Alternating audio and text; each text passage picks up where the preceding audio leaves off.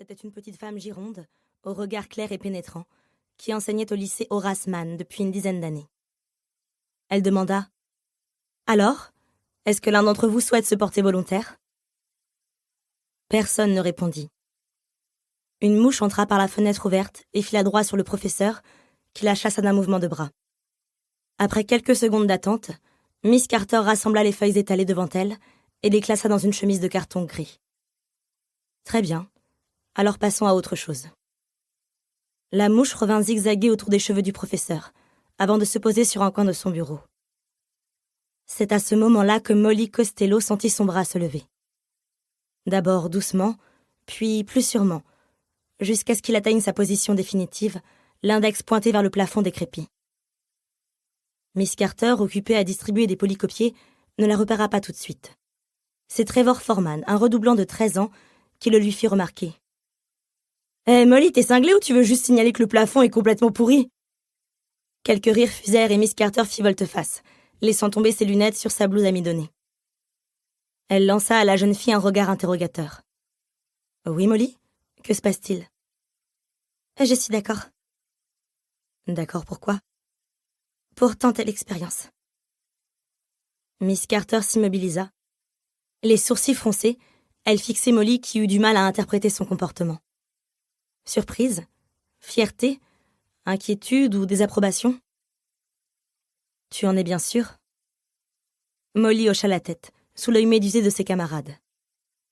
À ses côtés, son amie Susanna chuchota. « T'es pas sérieuse, tu vas pas faire ça !» Molly haussa les épaules. Après tout, elle ne risquait pas grand-chose. Entre une décision de justice et la réalité, il y avait un monde à traverser. Et puis, qui sait, si jamais ça se produisait, c'était quand même un truc à ne pas laisser passer.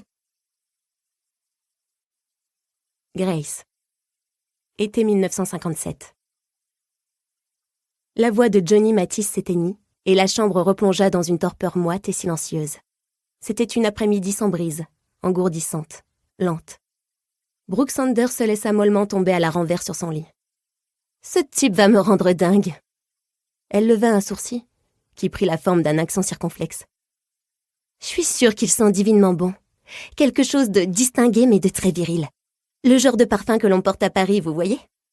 Autour d'elle, ses trois amis sourirent. Allongée sur le couvre-lit à fleurs, Grace Anderson, blonde et menue, s'imaginait le nez plongé dans le cou du chanteur, face à une horde de groupies hystériques de jalousie. Assise au bord du lit comme pour prendre le moins de place possible, Judy Griffin suivait des yeux les courbes du visage de Johnny Mathis, qui lui souriait sur la pochette du vinyle. Sa timidité et sa retenue naturelle l'empêchaient de le dire tout haut, mais, dans ses pensées, elle aussi se voyait embrasser furieusement le chanteur. Quant à Dorothy Mitchell, fille du propriétaire de l'un des plus gros cabinets d'avocats de Little Rock, elle s'était arrêtée de feuilleter l'un des derniers numéros de Seventeen. Le rocking chair sur lequel elle s'était installée émettait un petit grincement cadencé, rassurant à chacune de ses oscillations. Après avoir à son tour imaginé l'odeur animale de Johnny Mathis, elle reprit sa lecture au milieu d'un article qui promettait un maquillage naturel en moins de 8 minutes. Dans son ample jupe à crinoline, Grace paraissait encore plus mince qu'elle ne l'était déjà. Trop à son goût, en tout cas. Elle se trouvait une silhouette de gamine. Les yeux brillants de malice, elle roula sur le côté, se retrouvant soudain face à Brooke. « À côté du déhanché d'Elvis, avoue quand même que ton Johnny peut aller se rhabiller. » Dans son coin, Judy passa du blanc à l'écarlate. Quand elles s'en aperçurent, ses amis éclatèrent de rire. Grace leva les yeux au ciel. « Judy, mais quelle oie blanche tu fais! Décoisse-toi un peu! On est en 1957 !»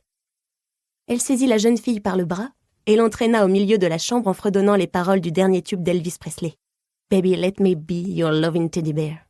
Put a chain around my neck and lead me anywhere. » Grace trouvait la chose très distrayante. Elle déployait toute son énergie pour faire bouger Judy, qui observait ses gesticulations sans visiblement savoir que faire de son corps le dos raide comme une falaise. En guise de motivation, Grace se mit à chanter plus fort, avant de se lancer dans une imitation appuyée du chanteur. « Oh, let me be your teddy bear. » Brooke était hilare.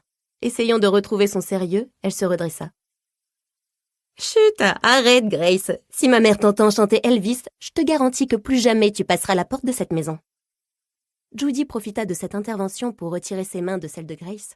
Chez elle, comme chez la plupart des jeunes filles de bonne famille, Pour continuer à écouter ce livre audio gratuitement, cliquez sur le lien dans la description et vous pourrez l'écouter en entier sans frais grâce à l'essai de 30 jours d'Audible.